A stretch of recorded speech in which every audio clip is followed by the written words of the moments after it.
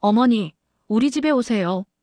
아들의 따뜻한 제안에 어머니는 기쁨보다 먼저 며느리의 얼굴을 살폈습니다. 그 순간 며느리의 눈빛이 미묘하게 흔들렸죠.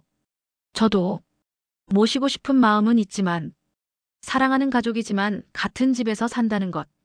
과연 이것은 효도일까요? 아니면 서로에게 상처가 될까요? 오늘은 많은 가정이 고민하는, 하지만 쉽게 말하지 못하는 그 이야기를 전해드리려 합니다. 이 영상이 도움이 되셨다면 구독과 좋아요 버튼으로 응원해주세요. 여러분의 작은 관심이 더 좋은 콘텐츠를 만드는 힘이 됩니다. 60대 중반의 정숙 씨는 남편을 잃고 2년째 혼자 살고 있었습니다. 큰 집은 이제 너무 조용했고 저녁이 되면 텔레비전 소리만이 적막함을 채웠죠. 가끔 친구들을 만나고 동네 경로당에도 나가보지만 집으로 돌아오는 길은 언제나 무거웠습니다. 어느 일요일, 아들 민수가 아내 지연과 함께 찾아왔습니다. 식사를 마치고 거실에 앉아 차를 마시던 중 민수는 조심스럽게 말을 꺼냈습니다. 어머니, 혼자 계시는 거 힘드시죠? 우리 집에 오셔서 같이 사는 게 어떨까요? 순간 거실에 정적이 흘렀습니다. 정숙 씨는 아들의 얼굴을 보다가 자연스럽게 며느리 지연의 표정을 살폈습니다. 지연은 찻잔을 들고 있었지만 그 손이 미세하게 떨리는 것을 정숙 씨는 놓치지 않았습니다. 어머니가 혼자 계시니까 저희도 걱정이 많아요. 우리 집 방도 하나 비어 있고 같이 살면 서로 의지하면서 지낼 수 있잖아요. 민수의 말은 진심이었습니다. 실제로 그는 자주 어머니 생각을 했고 밤늦게까지 불이 켜진 어머니 집을 볼 때마다 마음이 무거웠습니다. 하지만 지연의 입장은 조금 달랐습니다. 지연은 대기업에서 일하는 워킹맘이었습니다. 아침 7시에 출근해서 저녁 7시에 퇴근하는 생활. 주말에도 밀린 집안일과 아이들 케어로 쉴 틈이 없었죠. 시어머니를 모시는 것이 나쁘다는 게 아니었습니다. 다만 현실적으로 감당할 자신이 없었습니다. 어머니. 지연이 조심스럽게 입을 열었습니다. 저도 어머니를 모시고 싶은 마음은 정말 있어요. 하지만 솔직히 말씀드리면 제가 회사 다니면서 집안일까지 다 하려면 너무 벅찰 것 같아요. 그녀의 목소리는 떨렸지만 진심을 담으려 노력했습니다. 생활 방식도 많이 다를 거예요. 저는 아침에 늦게까지 자고 싶고 주말엔 집에서 쉬고 싶거든요. 어머니는 아침 일찍 일어나시고 규칙적으로 사시잖아요. 서로 불편할 것 같아요. 민수는 아내와 어머니 사이에서 난처한 표정을 지었습니다. 양쪽 다 이해가 됐기 때문입니다. 어머니는 실제로 혼자 계시기 외로우셨고 아내의 말도 현실적으로 맞는 이야기였습니다. 정숙 씨는 잠시 아무 말 없이 찻잔을 내려놓았습니다. 그리고는 작은 미소를 지으며 고개를 끄덕였습니다. 그래, 내 말도 일리가 있지. 요즘 젊은 사람들이 얼마나 바쁘게 사는데. 나야 이렇게 혼자 살던 집에서 편하게 지내면 되지 뭐. 하지만 그 미소 뒤에는 깊은 서운함이 숨겨져 있었습니다. 내가 짐이 되는 건가? 하는 생각이 가슴 한편을 무겁게 짓눌렀습니다. 아들이 함께 살자고 했을 때 순간적으로 기뻤습니다. 외로움을 나눌 수 있다는 기대감도 있었죠. 하지만 며느리의 망설임을 보는 순간 그 기대는 무너져 내렸습니다. 걱정하지 마. 나는 괜찮으니까. 자주 놀러만 와. 정숙 씨는 태연한 척했지만 그날 저녁 집으로 돌아오는 아들 부부를 배웅하면서 닫히는 현관문 소리가 유독 크게 들렸습니다. 아들 부부가 떠난 후 집은 다시 고요해졌습니다. 정숙 씨는 거실 소파에 앉아 멍하니 텔레비전을 켰지만 화면에서 무슨 내용이 나오는지 하나도 들어오지 않았습니다. 나는 정말 괜찮은 걸까? 혼잣말이 조용한 방 안에 울려 퍼졌습니다. 침실로 들어가 침대에 누웠지만 잠은 오지 않았습니다. 천장을 바라보며 오늘 있었던 일들이 계속 머릿속을 맴돌았습니다. 같이 살자는 말이 부담이었을까? 내가 너무 앞서 기대했나? 남편이 세상을 떠난 후 정숙 씨는 강한 척했습니다. 아들 부부에게 걱정 끼치고 싶지 않았고 혼자서도 잘 지낼 수 있다는 걸 보여주고 싶었습니다. 하지만 사실은 매일 밤이 두려웠습니다. 갑자기 아프면 어쩌나 쓰러지면 누가 알아줄까? 이런 생각들이 불안함으로 다가왔죠. 그래도 며느리 입장도 이해는 돼. 회사 다니는 것도 힘들 텐데 시어머니까지 모시면 얼마나 부담스러웠겠어.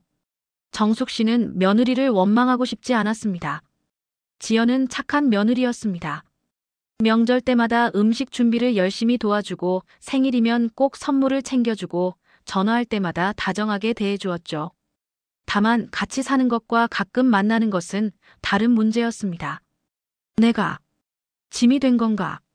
이 생각이 들자 눈물이 주르르 흘러내렸습니다. 평생 자식들을 키우고 남편을 뒷바라지하며 살았습니다. 그런데 이제 나이가 들어 외로움을 느낄 때 자식과 함께 살고 싶다는 마음조차 부담이 되는 것일까요? 한편 집으로 돌아온 민수는 침대에 누워서도 잠을 이루지 못했습니다. 옆에서 자고 있는 아내를 바라보다가 작은 한숨을 내쉬었습니다. 여보, 아직 안 잤어? 지연도 잠들지 못하고 있었습니다. 응. 자기야, 내가 오늘 너무한 것 같아. 무슨 말을? 어머니 얼굴 봤어? 실망하신 것 같았어. 나 때문에. 지연의 목소리에도 괴로움이 묻어났습니다. 사실 그녀도 오늘 집에 오는 내내 마음이 무거웠습니다. 시어머니의 그 미소가 자꾸 떠올랐습니다. 억지로 지은 것 같은 서운함을 감추려는 그 미소. 나도 어머니가 혼자 계시는 게 안쓰러워. 근데 솔직히 같이 살면 우리도 힘들고 어머니도 불편하실 것 같아서. 알아. 나도 내 입장 이해해. 민수는 아내의 손을 잡았습니다. 하지만 그의 마음도 복잡했습니다. 효도하고 싶은 마음과 현실적인 어려움 사이에서 갈등하고 있었습니다. 어머니가 나는 괜찮다고 하셨는데 진심은 아니었던 것 같아. 집에 가실 때 표정이. 미안해, 자기야. 내가 더 노력할게. 아니야, 내 잘못이 아니야. 그냥 이게 답이 없는 문제 같아. 부부는 그날 밤 오랫동안 이야기를 나눴지만 명쾌한 해답을 찾지 못했습니다. 사랑하는 가족이지만 각자의 삶의 방식이 다르고 현실적인 제약들이 있었습니다. 그날 밤 세 사람 모두 잠 못 이루는 밤을 보냈습니다. 누구도 나쁜 사람이 아니었습니다. 정숙 씨는 외로움을 호소한 것뿐이고 지연은 솔직하게 자신의 한계를 말한 것뿐이며 민수는 양쪽을 모두 사랑하는 것뿐이었습니다. 하지만 때로는 사랑만으로는 해결되지 않는 문제들이 있습니다. 그리고 그 현실 앞에서 가족은 각자의 상처를 안고 밤을 보내야 했습니다. 다음 날 아침 정숙 씨는 평소보다 일찍 일어났습니다. 잠을 설친 탓에 머리가 무겁고 눈이 퉁퉁 부었지만 어제의 일을 계속 곱씹고 있을 수는 없었습니다. 그래, 나는 혼자서도 잘 살 수 있어. 괜찮아. 스스로에게 되뇌며 아침 식사를 준비했습니다. 하지만 혼자 앉아서 먹는 아침밥은 유독 입맛이 없었습니다. 반찬을 몇 개 집어넣었지만 밥 한 공기를 다 비우지 못하고 일어났습니다. 경로당에 가서 친구들을 만났지만 평소처럼 수다를 떨 기분이 아니었습니다. 친구 영자가 물었습니다. 정수가 무슨 일 있어? 얼굴이 안 좋은데? 아니야, 그냥 잠을 못 잤어. 혹시 민수 때문에? 요즘 자주 오지? 응. 어제 왔었는데. 정숙 씨는 잠깐 망설이다가 결국 어제 있었던 일을 털어놓았습니다. 영자는 고개를 끄덕이며 들었습니다. 아이고 정수가. 나도 비슷한 경험 있어. 우리 아들도 예전에 같이 살자고 했는데 며느리가 그러더라고. 어머니, 서로 편한 게 좋지 않을까요? 라고. 그때 얼마나 서운했는지. 그래서 어떻게 했어? 뭐 어쩌겠어. 그냥 혼자 살지. 근데 지나고 보니까 그게 나았던 것 같아.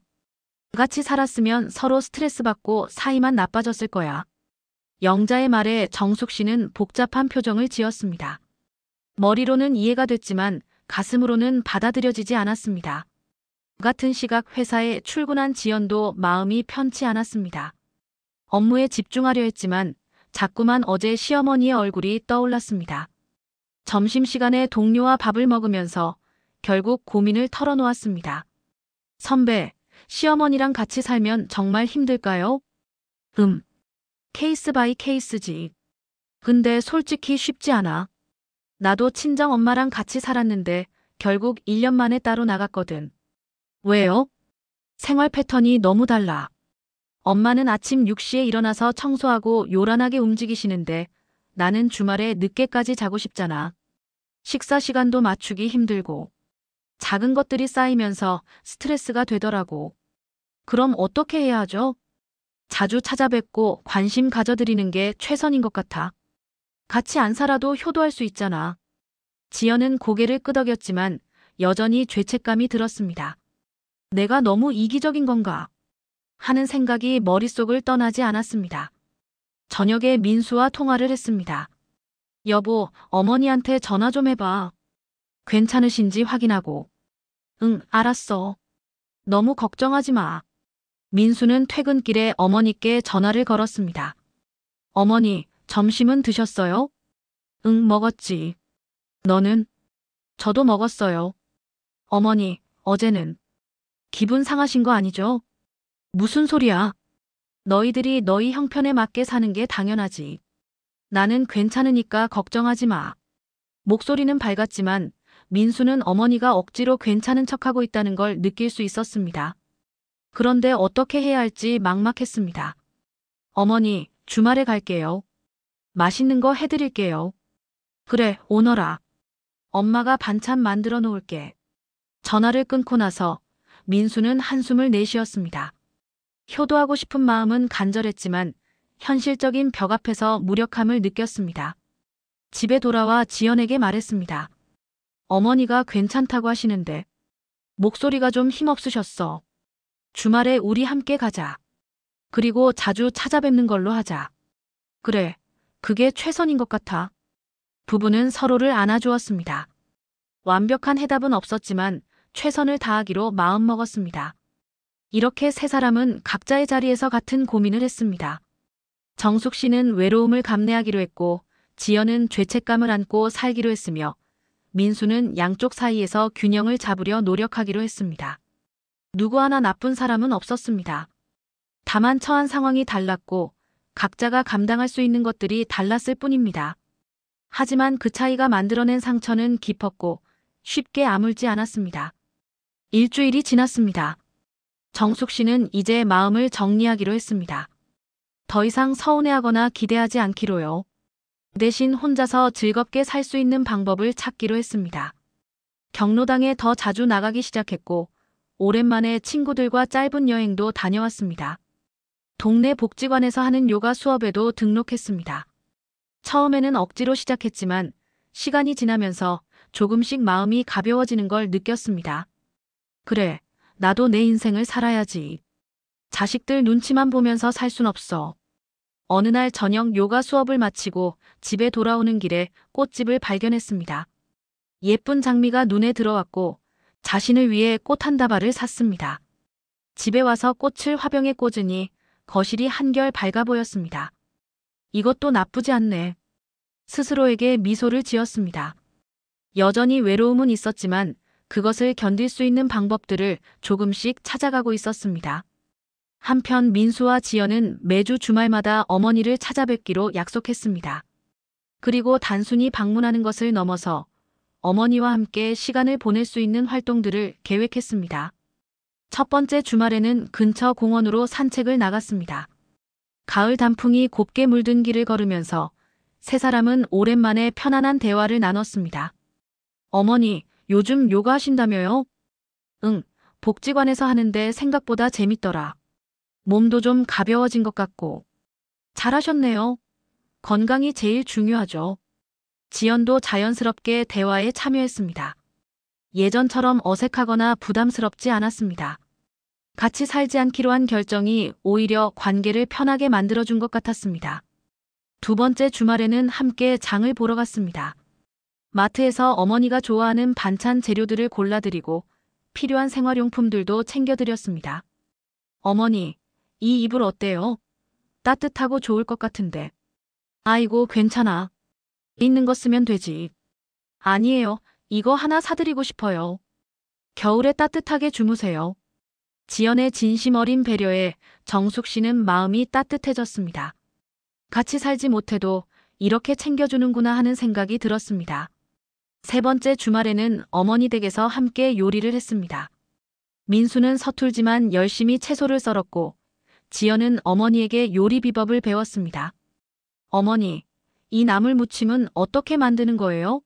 맛이 정말 좋아요. 간장이랑 참기름을 이렇게 넣는 거야. 그리고 마늘을 조금 더 넣으면 맛이 살아. 아, 그렇구나. 저도 집에서 한번 해봐야겠어요. 함께 식사를 하면서 정숙 씨는 문득 깨달았습니다. 행복은 같은 공간에 있는 것에서만 오는 게 아니라는 것을요. 이렇게 자주 얼굴을 보고 웃으며 대화하고 서로의 안부를 진심으로 묻는 것.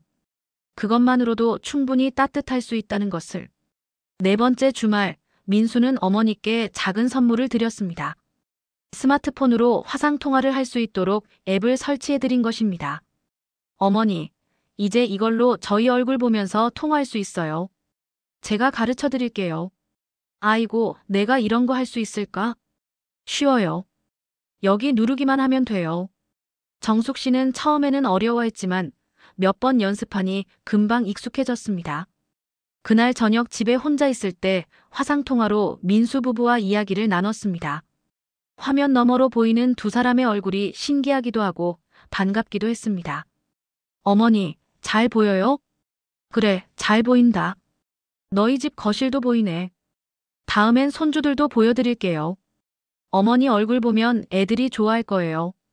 통화를 끝내고 나서 정숙 씨는 혼자 미소를 지었습니다. 여전히 혼자 사는 건 외롭지만 이제는 완전히 혼자가 아니라는 느낌이 들었습니다. 지연도 마음이 한결 가벼워졌습니다. 죄책감에서 벗어나 진심으로 시어머니를 대할 수 있게 됐고 자주 찾아뵙는 것이 부담이 아니라 즐거움이 됐습니다. 여보, 다음 주에는 어머니랑 영화 보러 가는 게 어때? 좋지. 어머니 좋아하실 것 같은데? 이렇게 조금씩 세 사람의 관계는 새로운 형태로 자리를 잡아갔습니다. 완벽하지는 않았지만 서로를 이해하고 배려하는 방법을 찾아가고 있었습니다. 몇 달이 흘렀습니다. 이제 매주 주말 방문은 세 사람 모두에게 자연스러운 일상이 됐습니다. 때로는 외식을 하고, 때로는 함께 요리를 하고, 때로는 그냥 차 한 잔 마시며 도란도란 이야기를 나눴습니다. 어느 일요일 오후 정숙 씨의 집에 모인 세 사람은 거실에 둘러앉아 차를 마시고 있었습니다. 창밖으로는 따뜻한 봄 햇살이 들어왔고 화병에 꽂힌 튤립이 환하게 피어 있었습니다. 어머니, 오늘 얼굴이 참 좋아 보이세요. 지연의 말에 정숙 씨는 환하게 웃었습니다. 그래. 요즘 경로당 친구들이랑 춤도 배우고 있어서 그런가 봐. 몸을 움직이니까 기분도 좋고. 춤이요? 어머니가? 왜 나이 들었다고 춤 못 추나? 라인댄스라는 건데 다 같이 추니까 재밌더라. 민수는 어머니의 밝은 표정을 보며 흐뭇하게 미소 지었습니다. 몇 달 전 혼자 계시면서 외로워하시던 모습과는 너무 달랐습니다. 오히려 지금이 더 행복해 보이셨습니다. 어머니, 그동안 생각해봤는데요. 지연이 조심스럽게 말을 꺼냈습니다. 처음에 같이 못 살게 돼서 정말 죄송했어요. 제가 너무 현실적인 것만 생각했나 싶어서. 아니야, 며느리. 정숙 씨가 지연의 손을 잡았습니다. 너 때문에 마음 아팠던 건 아니야. 오히려 솔직하게 말해줘서 고마웠어.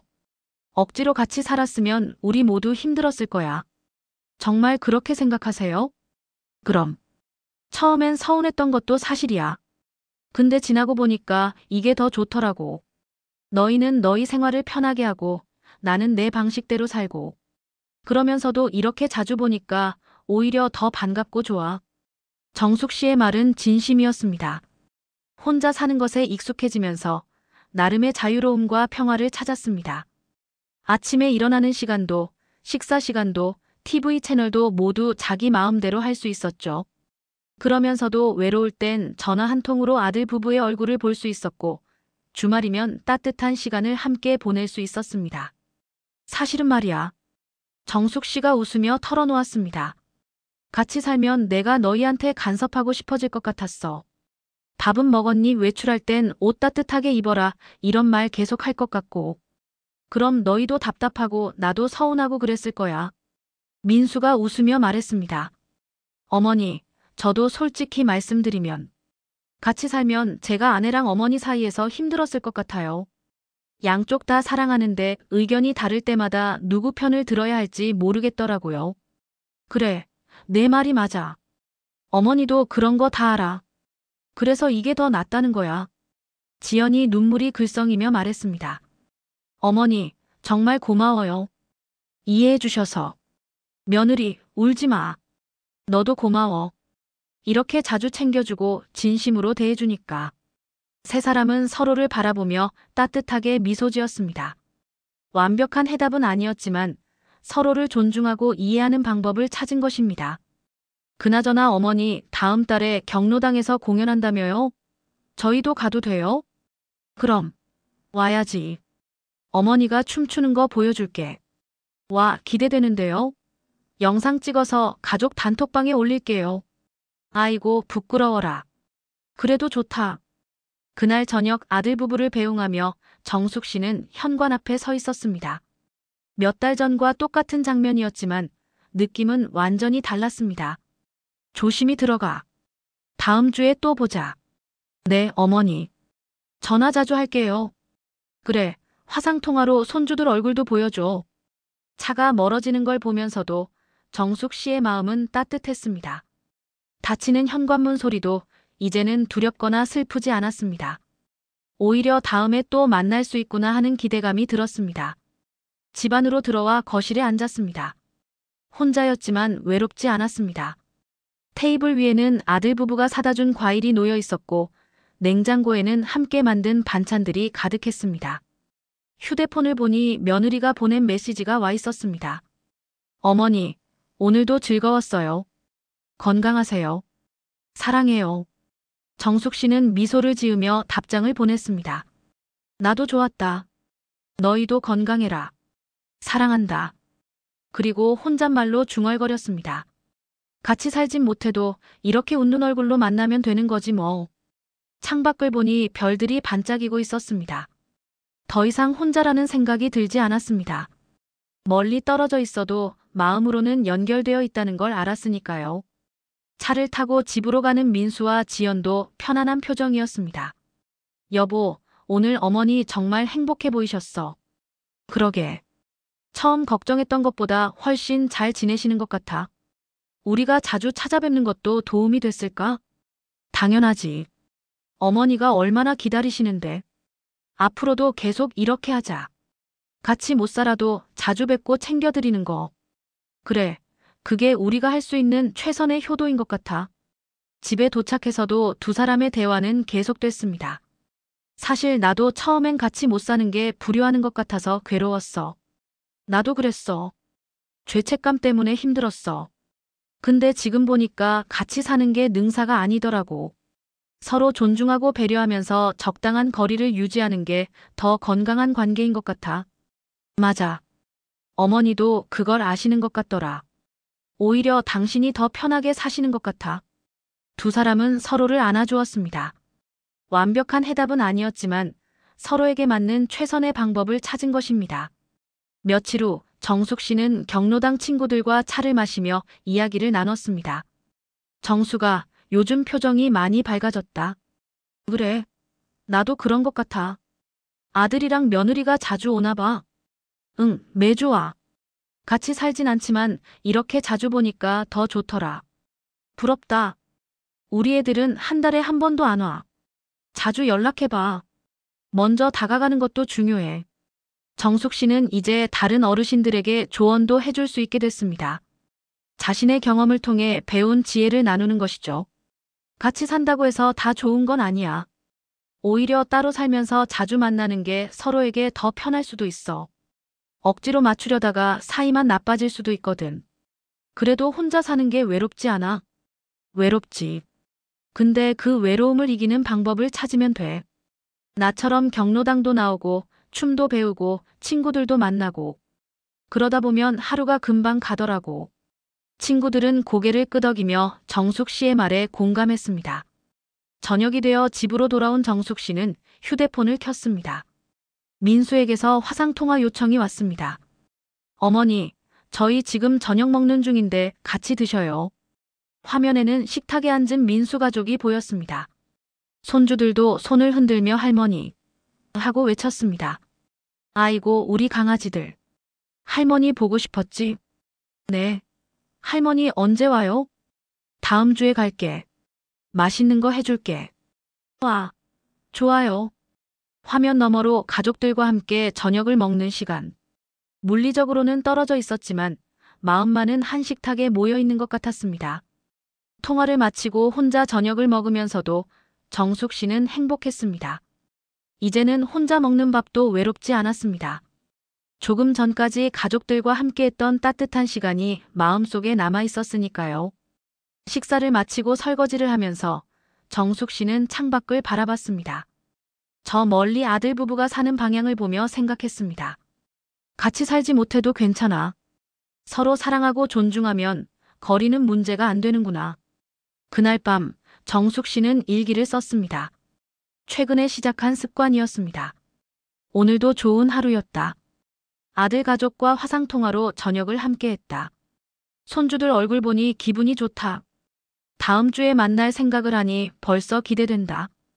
혼자 사는 게 처음엔 외롭고 서운했지만 이제는 이것도 나쁘지 않다는 걸 안다. 나는 나대로 자유롭게 살고 아이들은 아이들대로 편하게 살고 그러면서도 자주 만나 사랑을 나눈다. 이게 우리 가족에게 맞는 방식인 것 같다. 감사한 하루.